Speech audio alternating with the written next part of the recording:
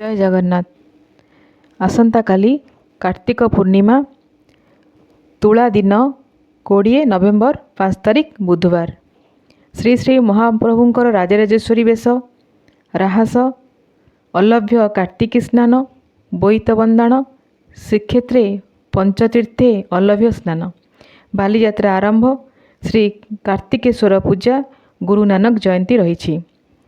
ଆସନ୍ତୁ ଜାଣିବା 12ଟି ରାଶିର ଭଲମନ୍ଦ ବିଷୟରେ। ମେଷ ଅର୍ଥଲାଭ କରିବେ, ବୃଷ ଅର୍ଥଦଣ୍ଡ, ମିଥୁନ ହଠାତ୍ ଦୂରଯାତ୍ରା କରିବେ, କର୍କଟ ନୂତନ ଆୟ ବୃଦ୍ଧି ହେବ, ସିଂହ ସମ୍ମାନରେ ବାଧା ଆସିବ, କନ୍ୟା ସ୍ୱାସ୍ଥ୍ୟହାନି, ତୁଳା ଅସ୍ଥିରତା ଦୂର ହେବ, ବିଛା ବନ୍ଧୁ ସହଯୋଗ ପାଇବେ, ଧନୁ ମାନସିକ ଚାପ ବୃଦ୍ଧି ହେବ, ମକର ଅସ୍ଥିରତା ବୃଦ୍ଧି, କୁମ୍ଭ ସ୍ୱାସ୍ଥ୍ୟରେ ଉନ୍ନତି କରିବେ, ମୀନ ଅର୍ଥଲାଭ କରିବେ। ଜୟ ଜଗନ୍ନାଥ।